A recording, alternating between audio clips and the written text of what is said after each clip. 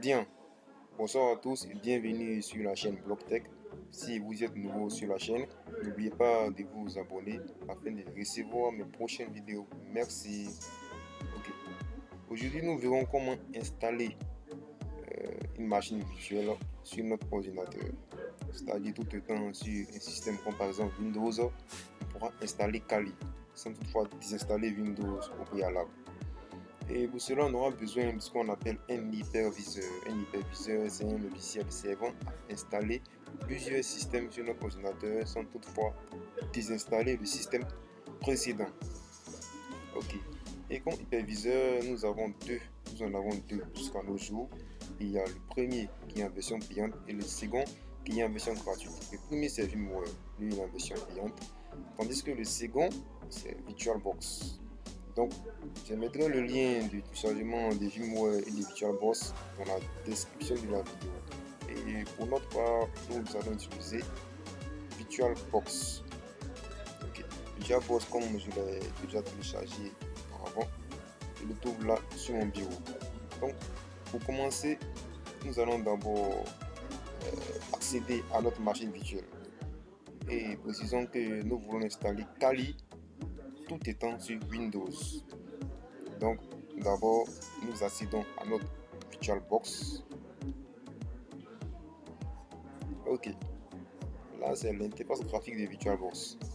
Nous allons maintenant cliquer sur Nouvelle, pas sur Ajouter, mais plutôt sur Nouvelle. On clique sur Nouvelle et là on nous demande de mettre le nom de notre machine virtuelle. Ok, donc on va mettre, comme on veut installer Kali, alors nous allons mettre Kali. Ensuite, nous allons mettre maintenant Windows 10 comme la distribution parce que nous voulons installer Kali sur Windows 10 64 bits. On clique maintenant sur Suivant. Après cela, on va maintenant augmenter la taille de la mémoire qui doit occuper notre machine virtuelle Kali. On augmente là, c'est bon. Mais faites un effort pour ne pas arriver sur la barre orange, sinon cela risque de dégrader complètement votre RAM. Donc, nous restons sur la barre verte, on clique sur Suivant, créer un disque dur virtuel maintenant, on clique sur Créer, ensuite toujours Suivant encore, et là, bon, on peut augmenter le fichier comme on peut augmenter, bon, on va le laisser par défaut 50 Go, clique sur Créer. Bien, à ce niveau, nous allons maintenant cliquer sur Démarrer afin d'installer maintenant notre image disque. Donc on clique sur Démarrer.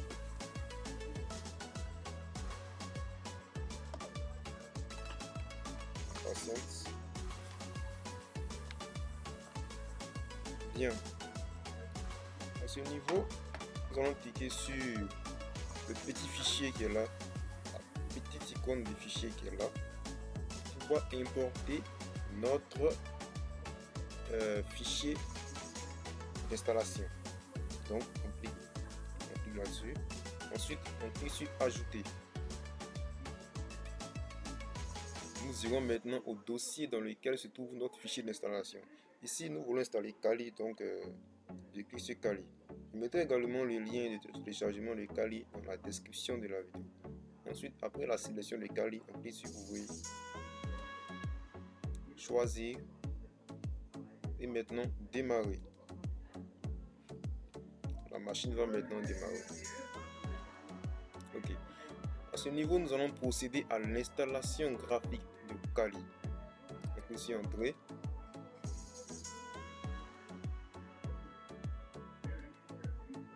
On patiente.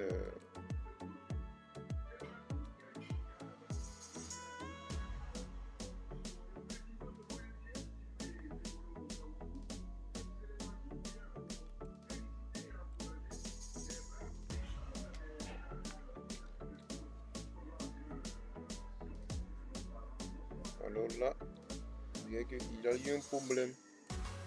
Donc nous allons reprendre l'installation. On ferme la machine. Comme pour notre part, comme je le disais, on va mettre Kali. Kali. Ensuite, on sélectionne Windows 10 64 bits. Windows 10 64 bits, ok. Ensuite, suivant, on va augmenter un peu la taille de la mémoire qu'il faut allouer. Okay. On clique sur suivant maintenant. À ce niveau, on clique sur créer. Ensuite, suivant, dynamiquement alloué, suivant.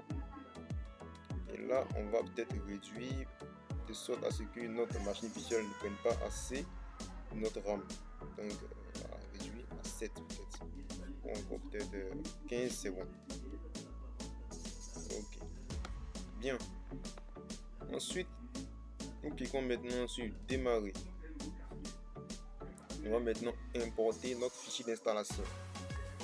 Comme nous voulons installer Kali, on va importer le fichier d'installation de Kali qui était au préalable téléchargé. Je mettrai également le lien de téléchargement dans la description de la vidéo. Je vais maintenant cliquer sur le petit fichier qui est là, importer notre image Kali. Ensuite, je clique sur ajouter. Et ça m'emmène maintenant au dossier dans lequel se trouve notre image Kali. Et en ce moment, il est dans mon dossier téléchargement. Donc, je clique sur Kali, Linux, ensuite ouvrir, choisir et démarrer. On va maintenant démarrer. Ok. Nous allons choisir l'installation graphique. Donc, on clique sur Entrée.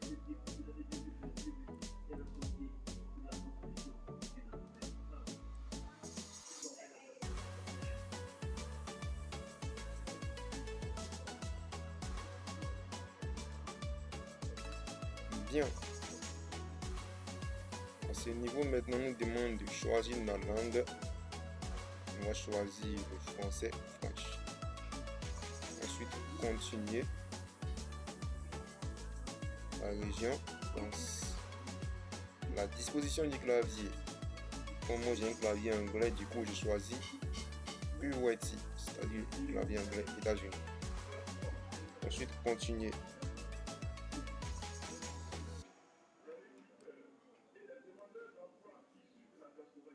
Et on patiente.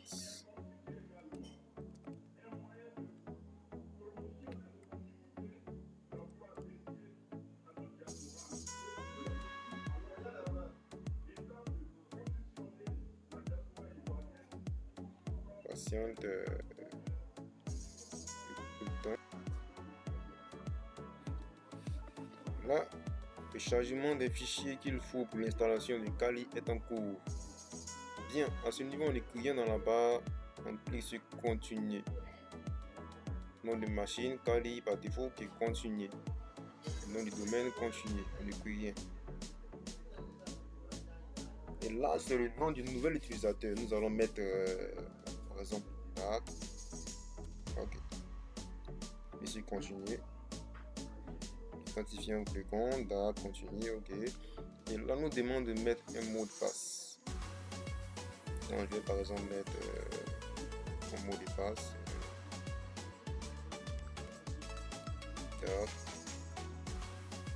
Man. Vraiment ici.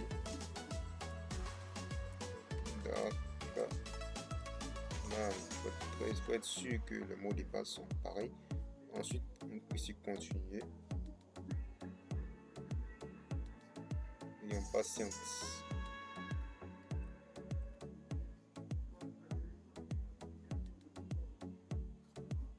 Excusez, ok. À ce niveau, qu'est-ce qu'on nous dit? À ce niveau, on nous demande d'utiliser un disque entier. Ok, on clique sur continuer. Continuer. Continuer.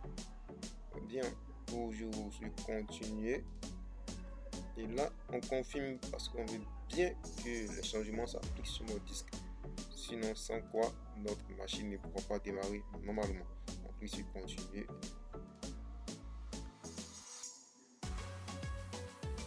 Et on patiente pendant le temps de chargement.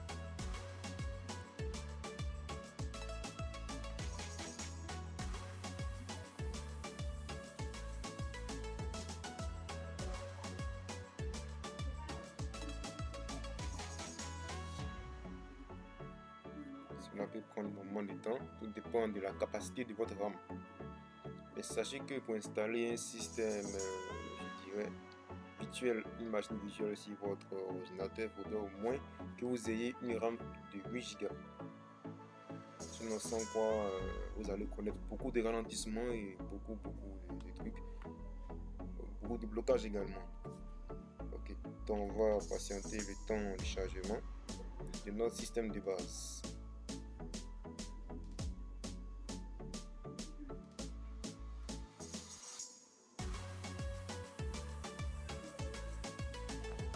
Encore un peu. Ok, bien. À ce niveau, nous cliquons maintenant sur continuer. Et on attend que l'installation de logiciel soit achevée. Je le dis encore, cela peut prendre assez de temps. Pour ceux qui vont se poser la question, mais concrètement, c'est quoi une machine virtuelle? En fait, une machine virtuelle, c'est quoi? Tout d'abord, comme l'indique son nom, elle est virtuelle. C'est-à-dire, on peut y accéder comme sortir cette machine-là sans toutefois changer de système physique, sans toutefois quitter de notre système Windows par exemple. Voilà, c'est-à-dire étant par exemple sur Windows, on installe Kali, on installe Ubuntu, un peu de tout ça, mais toujours étant sur Windows, cela sans problème. C'est un peu ça le rôle de la machine virtuelle. Et cela s'est fait via des hyperviseurs, comme on appelle l'exemple de VirtualBox. Donc on attend que le chargement se termine, après quoi on pourra continuer. Comme on peut le constater, ça prend énormément de temps, donc vous devez vraiment être patient. Et si vous avez une RAM petite comme 4 Go par exemple, cela risque de prendre 1 heure. Donc je vous conseille d'avoir une RAM d'au moins 8 Go. Allez normalement avec Ali, lui aussi, pour VirtualBox et toutes ces ressources nécessaires.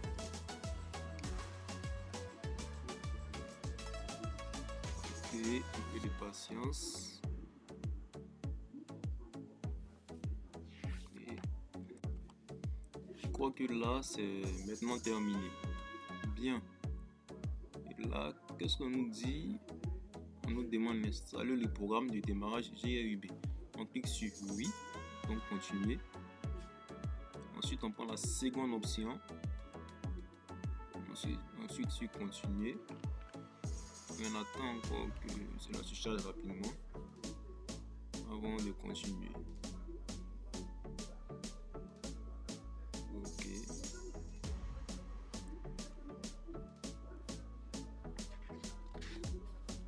Un peu de patience encore.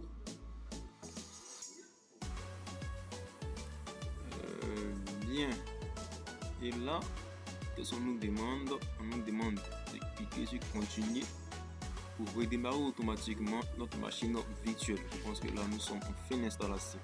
Donc on clique sur continuer. Et ça va redémarrer automatiquement. Et là on clique sur entrer.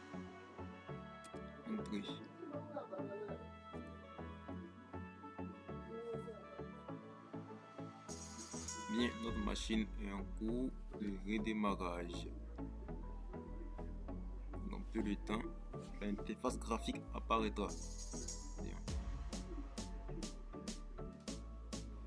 Ok. À ce niveau, que devons-nous faire? Ici, nous allons mettre notre nom utilisateur que nous avions mis auparavant. Donc, Dark, Mappa, et ici, Darkman. Se connecter. Bien.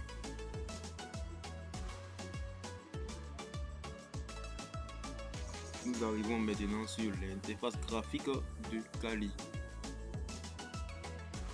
Et là, précisons que c'est la version 2.6, la version 2022. Kali qui est là. Donc voilà les applications pour voir toutes les applications de Kali, il vous suffit de cliquer sur l'icône en haut à gauche de l'écran et vous verrez tout, les paramètres, un peu du tout, la configuration, clavier, un peu du tout. Et là, c'est le terminal de Kali. Bien. Donc, maintenant, si nous voulons par exemple éteindre notre machine Kali, pour éteindre notre machine Kali, nous avons trois options. D'abord, on clique sur l'option fichier. Ensuite, fermer. Là, nous avons trois options. Enregistrer l'état de la machine, envoyer le signal d'extinction ou éteindre complètement la machine. Pour notre part, nous allons enregistrer l'état de la machine. Donc, on coche sur enregistrer l'état de la machine. Ensuite, on clique sur OK. C'est-à-dire, même si nous revenons dans quelques jours, quelques semaines, je ne sais pas, la machine gardera toujours son état, l'état dans lequel elle a été éteinte. Donc, j'espère que ce tuto vous a plu. Et n'oubliez pas de de partager la vidéo, de mettre des commentaires et de vous abonner pour recevoir mes prochaines vidéos. Merci.